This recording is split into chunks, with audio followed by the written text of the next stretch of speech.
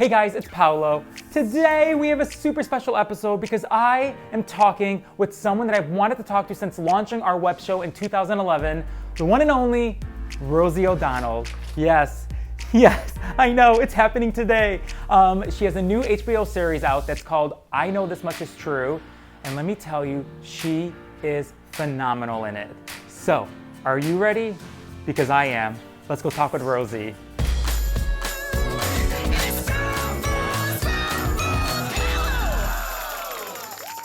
Are you ready, Rosie? Ready. Okay. Hi, Rosie. Hi, Paolo. How are you? I'm doing good.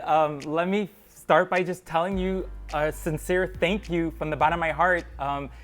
When we started this web show in 2011, you were one of the 3 people that I wanted so badly on this show. So here we are. You're on A Spoonful of Paolo, and I am forever grateful to you. Really, forever grateful. Well, I'm more than happy to. I remember hearing something about it years ago, and then somebody reached out, and I don't know, but here we are, and I'm happy to Here we are. You know what this feels like? It feels like to me when you had Barbara Streisand on the Rosie O'Donnell Show, and you were so excited. I remember before she came out, you said to every little girl and boy out there, dreams do come true. And honestly, I remember watching that, and it's like, here I am, 44 years old, and you're right, dreams do come true. So thank you. Okay.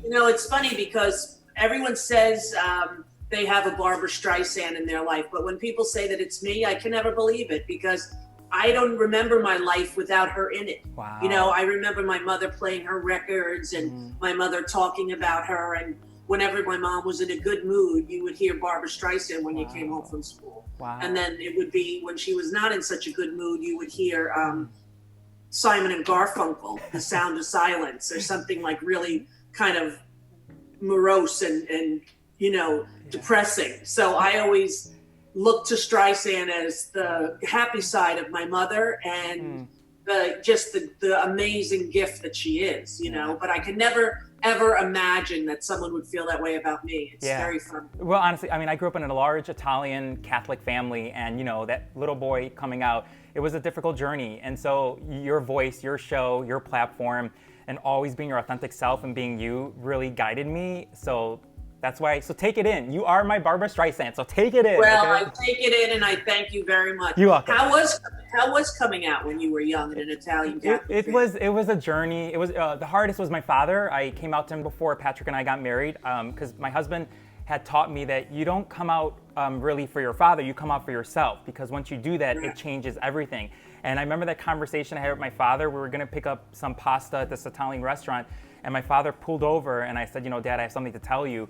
And I said, you know, I don't know if you know this, but I said the words, I had to say the words, I am gay. And when I said that, he started crying a little bit, and he said, you know, we just want you to be happy. And from a guy who grew up in a small village in Italy and came here to live his dream, and for him to say that, hey, and then be at our wedding and walk me down the aisle, like in an Episcopal a church, it was just, that's why I say everyone, it may seem difficult now, but just wait.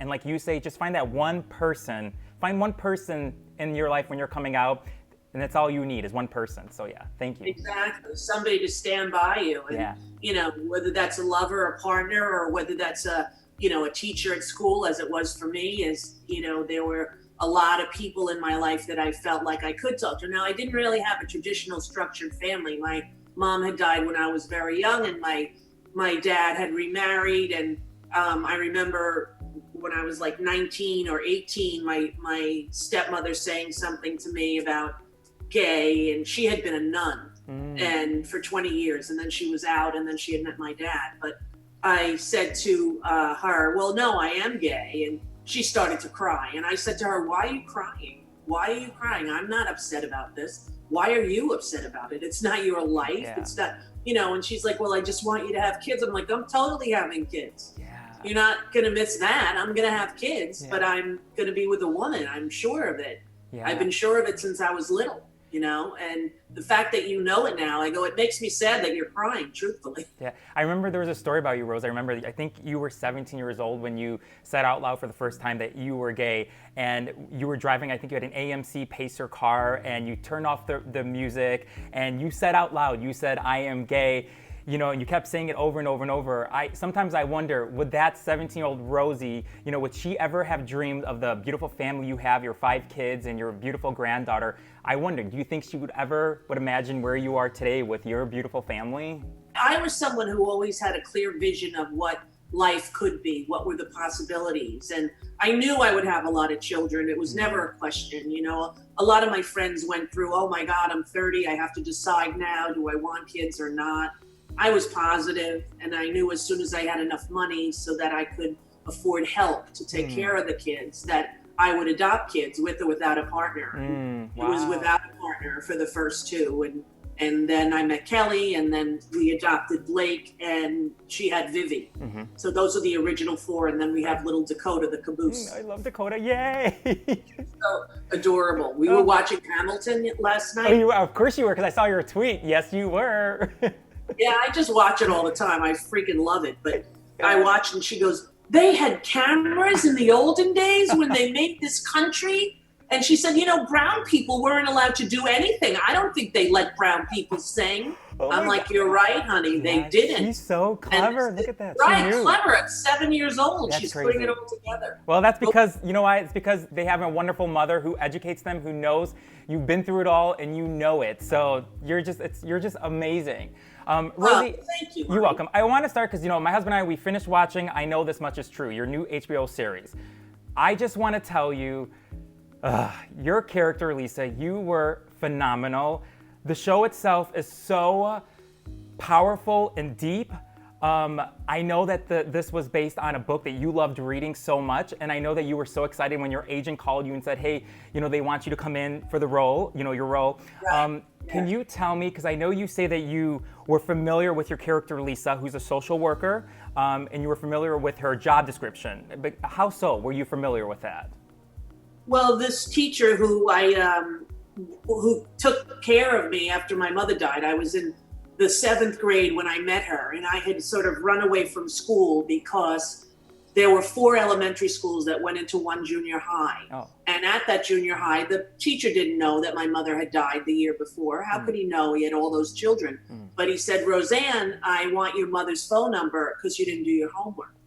And I didn't say anything. And he said, what's your mother's phone number? And I didn't say anything. And then the other kids were like, sort of, Roseanne, like, her mother died.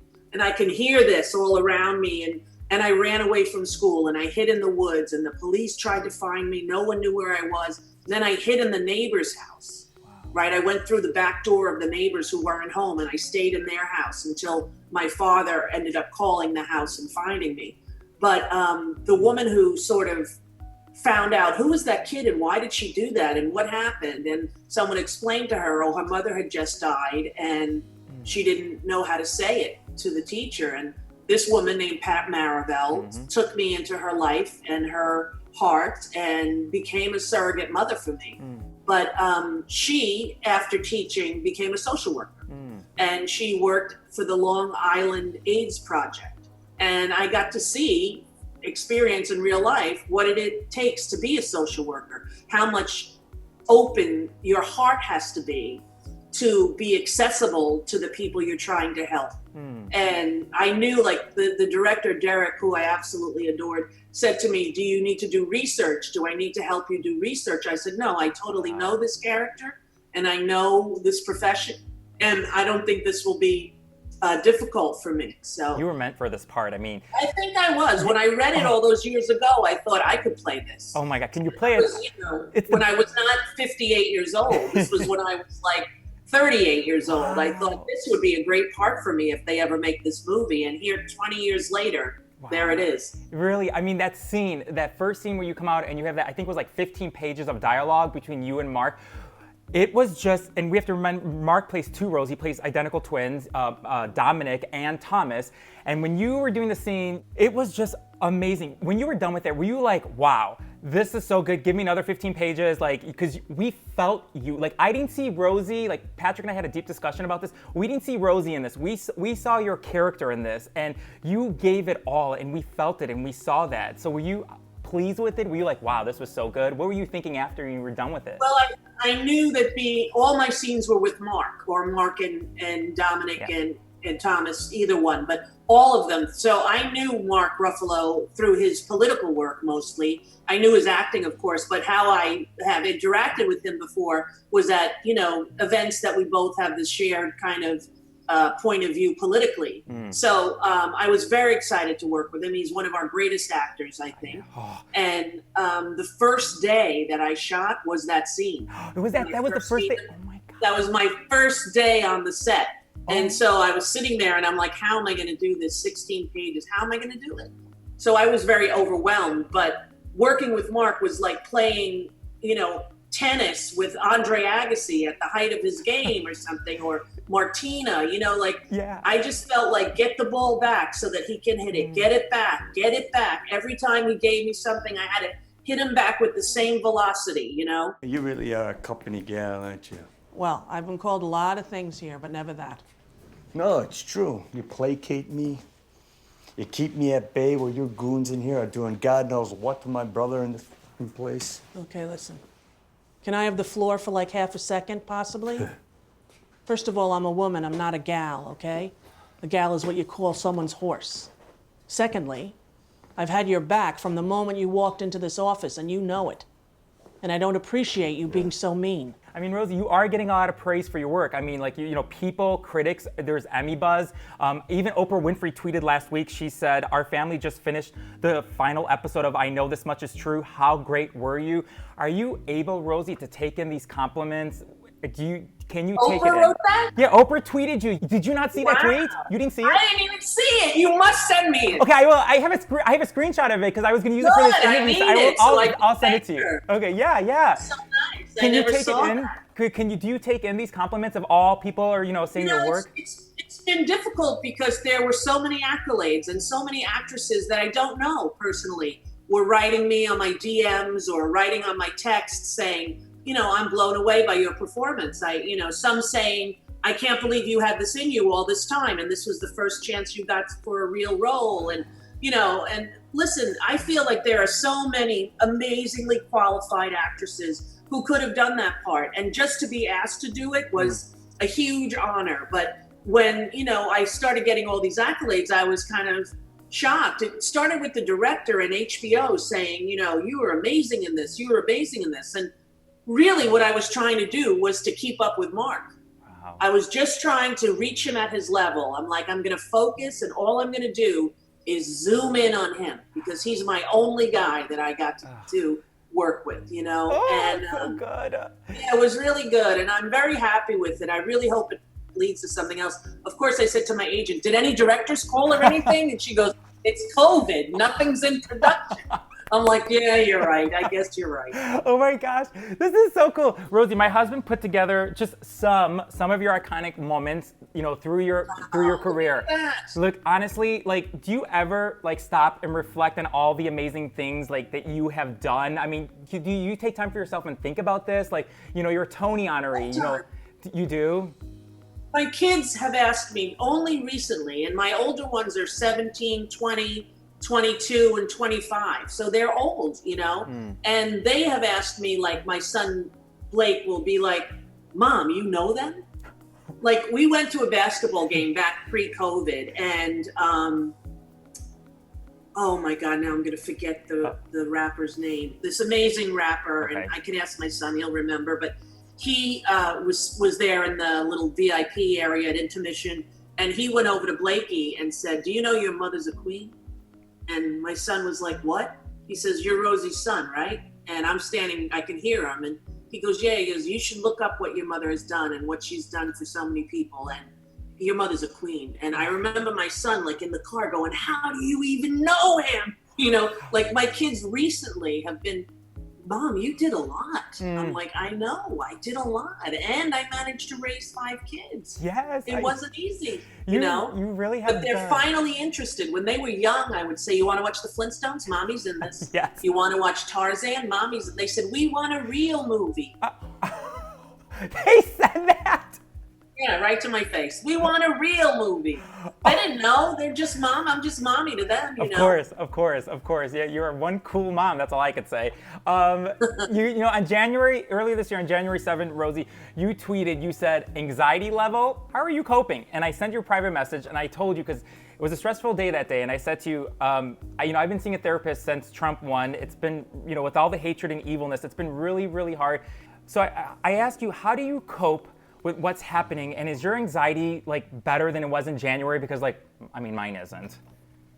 Well, mine's a little better, seriously, because of the sun. Because when it started to get like Memorial Day, I have a pool here, and I can go out and lay in the sun and go in the pool, and that helps my spirit and my depression and my anxiety so much to just get a couple of hours by myself with the music on and my children in the pool. So, just having such a relaxing time. But I will say that from March, April, and May were very tough months for me. I seem to have real challenges when the world is in turmoil. So my first kind of breakdown that I had, or breakthrough, if you ask my therapist, was Columbine, April 1999, where I could not believe that I was the mother of small children, and here I was watching children being pulled out of a building covered in blood and guts and shot. I couldn't comprehend it, and I couldn't sleep. I would wake up in the middle of the night, and I would be in my kids' room, trying to protect them before I'd wake up, and I'd go, "What the hell?" So that was when I started on medication. Was in April of '99, and then thank God I was on that when 9/11 hit. And when Katrina hit, the world catastrophes unnerved me. And so what I'm working on now with my therapist is my anxiety about the oncoming depression of the nation. We're about to face a depression-like time in our country as soon as this money stops at the end of July, and there are millions of people unemployed and millions of people lining up across the country for breadline, for food. I just think we're in for a real catastrophe that's, worse than we're living right now. And that gives me such tremendous anxiety that I have to work on it on a daily basis to think a couple things. Number one is that we've survived, horrors before, including the Depression and World War II. We've survived 9/11. We survived all of these horrors that I didn't think we would survive. We will survive this. But it's going to be so long, I think, till the nation rebuilds itself, not only internally, but in terms of respect from other nations. Yeah, I know. We have fallen so far down, and he is the worst person in the world to lead a country. Yeah, my family in Italy, they don't get it. My relatives, my aunts and my uncles, he's on the news every day over there in Europe as well, and they just don't get it how this happened. How did this become this? That it's been shifted so much. The reason why I love you so much is because you're a truth teller. You say it how it is. And I remember on The View 2006, at the end, it was November, and you said the truth about who Donald Trump was. And I looked at my husband and I said, see, that takes a lot of guts for somebody in the spotlight, to just really say what it is, and you weren't afraid. How do you? Well, part of what I wanted to say was because the reason that he was forgiving her and giving her a new start was because she had kissed a girl at a bar, and the Post took a picture of it and put it on the cover. So he was forgiving her gayness. And it was not all right with me. And here I was live on a show that's supposed to talk about politics and political moments in history, or we're supposed to address the issues of our time. And when I saw that, I said, well, I'm going to say something. And I went on Wikipedia and I pulled up 10 facts and I Googled, and I was like, what I said in 2006 was available to every news media outlet in 2006. And yet they let him for a decade eviscerate me with kind of a freedom to do it. He would go on Letterman and call me a degenerate and a fat, ugly, woman, and Letterman would laugh and say, you can't say that. He went on every show and did it. And I thought for a while, well, the National Organization of Women is going to stand up and say, you can't do this. But no one did. No one did. And he was just with impunity, just got away with it. Sort of like he's doing now. Everything he does, he gets away with. And it's mind-boggling to think why people are afraid of him. What's the worst he can do to you? The worst he can do to you is what he did to me. And guess what? A few bad texts and name calling isn't going to break your soul. It really isn't. And you need to stand up for what's right. And those Republican senators who have sold their decency, they have sold their commitment to the country, they have sold their very essence to this horrific devil of a man.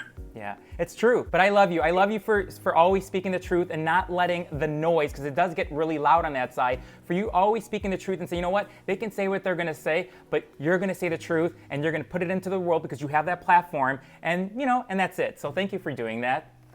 Well, thank you. I mean, I think it's my responsibility. With power comes responsibility, and not many women have a microphone to the world. And listen, when I was on Daily, it was a bigger one than it is now, but I still have the ability to sort of reach people, and what I say or do, seems to make the press.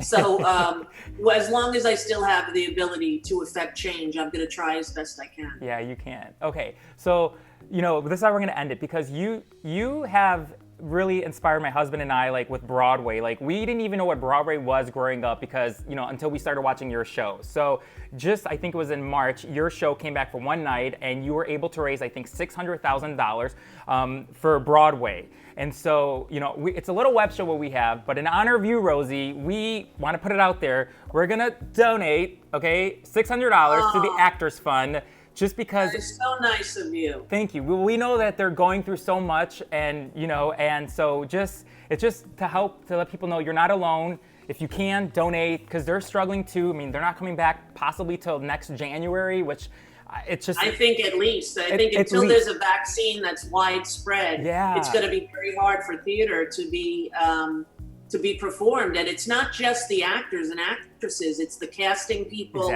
it's the agents, production. It's the costume people, all the grips, and everyone who flies the like it's an entire multi-million people unit. There's millions of people who work for the Actors Fund and participate with the Actors Fund, and it's one of the greatest organizations because they actually give you tangible money to help you live. If you're a Broadway actor and you haven't been able to pay your rent because of COVID, you apply to them, they'll give you the money. Like, it's a pretty amazing organization. Yeah, they can just go to actorsfund.org. It's so easy. You can make a little, whatever you can to help out. And it's just, I think in this time of need where everyone is struggling right now, if you can, make a little donation. And I don't know, it's just, my dad always says, if you can, even $1, give them $1, because, it makes you feel good that you can help someone who really needs it. So, and you taught us that. Really, you taught us that. So thank you. Oh my God, look, right next to me is your VHS tape. I used to record your show, my husband and I, and look, it's on here, and you're right here talking to me, like, okay, whatever. Come here, Patrick, come here, because I never do this, but we're gonna sign off together, because my husband loves you as much as I do, so this is the first time our show, we're gonna sign off together to tell you how much we love you, Rosie O'Donnell, and that you're one freaking fantastic woman. Seriously, okay? Well, thank you so much. It's so great to finally meet you both, and congratulations. When were you married? We got married in Pasadena, 2015, 5 years ago. We just celebrated our 5-year wedding anniversary. We've been together for 13 years. Wow, good for you. You look adorable together. Oh my God! Stop. With all your gay clothes, it's great. See, we have a very gay apartment. Yes, we do. Yeah, I do too. Just so you know. All right, Rosie, you truly are the best, and just thank you for everything you do. And tell people how we can end this. Just tell people why they have to get out and go vote in November. Why is it so important? Just end with that, There has Rosie. never been a more important election. If you want this country back to what it can be and what the founding fathers originated it to be, a place for life, liberty, and the pursuit of happiness, that all men and women are created equal. That's every skin color. That's every, what we have now is based on, racist ideas that were in the Constitution, that are in our framework, and we have to right these wrongs. Yeah. And now is the time. And to have this man in office is a disgrace to every American. It's a disgrace to our history. It's a disgrace to what our nation stands for or used to stand for. And all we need is to get him out to move forward. So vote in November. Yes. And vote for Biden, because boy, oh boy, do we need Trump removed. Yes, we do. Thank you, Rosie. You truly are the best, and we love you, and have a wonderful day, okay? Well, thank you. I'm glad I finally got to do it. You're the best. Thank you, Rosie. Bye-bye. Bye. Thank you.